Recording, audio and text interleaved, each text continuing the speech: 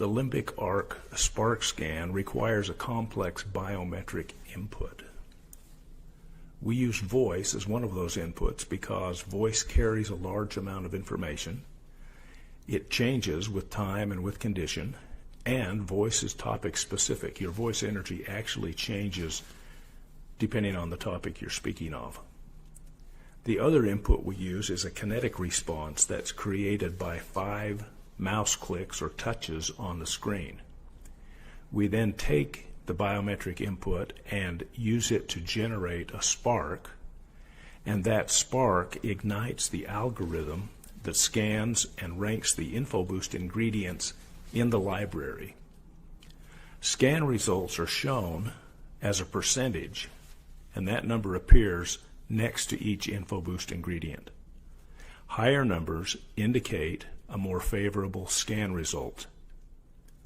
Because the biometric input is dynamic, it only remains valid for 24 hours. After 24 hours, a new spark is required for a scan.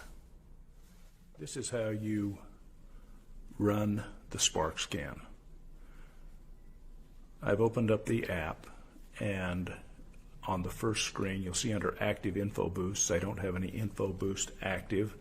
Click on this button to add, and here are the InfoBoosts that I can pick. Let me take focus, and when I click on that, I have an option here to personalize it, or I can just take it as it is. Now, those of you who are familiar with the InfoBoosts in version 1, the InfoBoosts have a predetermined group of InfoBoost items in it, or InfoBoost ingredients.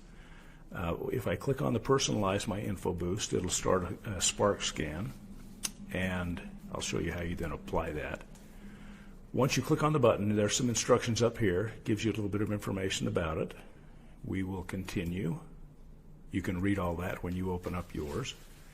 And it says now we're going to take a voice frequency pattern, and we're not going to record the words you say. It doesn't matter what you say. But if it's just a general spark, you want to talk about yourself in terms of your name, your eye color, your hair color, how old you are, what's your birthday, what's your shoe size. Generally describe yourself in a way that anybody who who walked in the room and saw you would be able to describe you. You don't want your mind to wander. You don't want to talk about yourself in terms of where you were born and where you were raised and how many brothers and sisters you have. So you keep the conversation on you personally. Now remember, voice is topic specific. So if I talk about a different topic, let's say I'm interested in creating an InfoBoost because I'm having really bad allergies. Well, I could talk, when I do this voice pattern recording, I could talk about my allergies. I could say, I'm sneezing, et cetera, et cetera.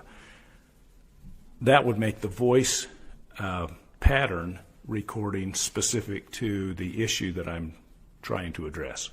But as a general rule, you just talk about yourself, and so we're going to hit the button and away we go here. So let's see. It says it wants to use my microphone. I have to say yes, you're allowed to do that.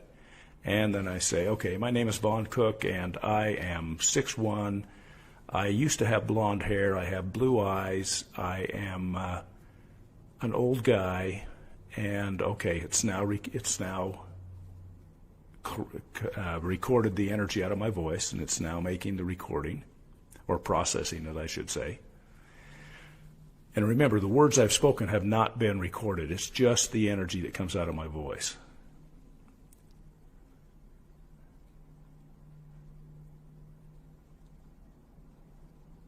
This will sometimes take a little bit of time, but now it's done, and it says, okay, recording is successful.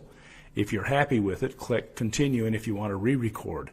So let's say that during my recording, I got distracted, or maybe the dog started barking, or there was a loud noise, and I say, I'd like to do that over again. I can hit continue, and it'll take me back.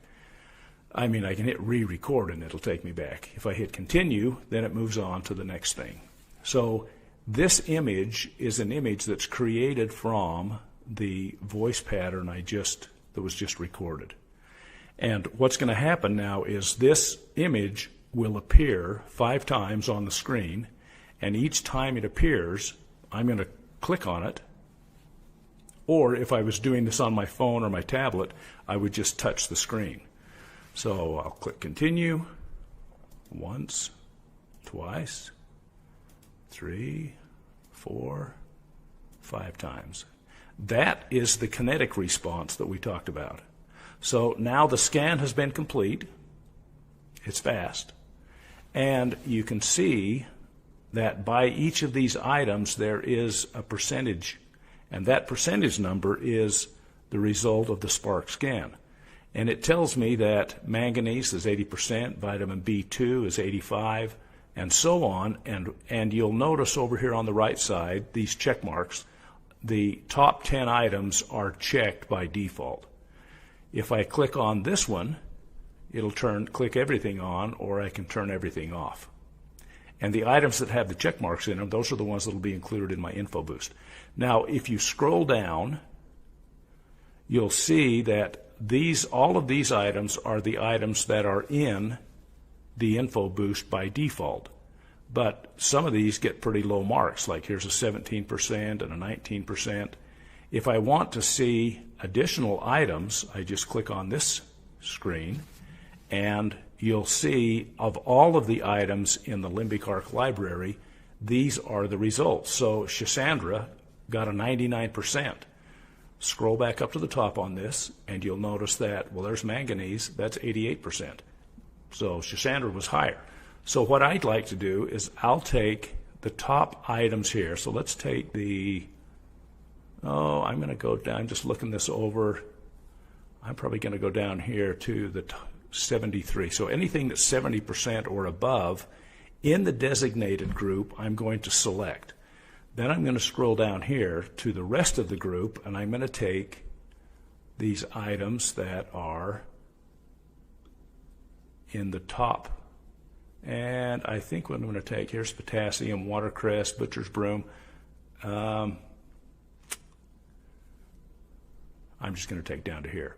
Now, this is purely based on just experience or decision, or you could just base it on the numbers. You could say, hey, we're going to take anything that goes 80 or above or 90 or above down here. But now I've created the items that are going to be in my InfoBoost.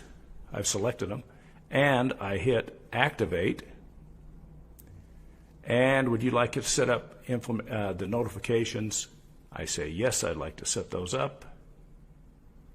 Now, these notifications, they'll happen. I've got it actually set up with my phone number in there, and so I'll be getting those. In the U.S. and in Canada, you get these on text messages. We don't have that built in for countries outside of Canada or the U.S. For a number of reasons. It's not done yet. So, okay, so the boost is active, and if I go back to Active InfoBoost, you can see I've got focus, and I've got it set up to run for 6 days, so it'll end in 6 days.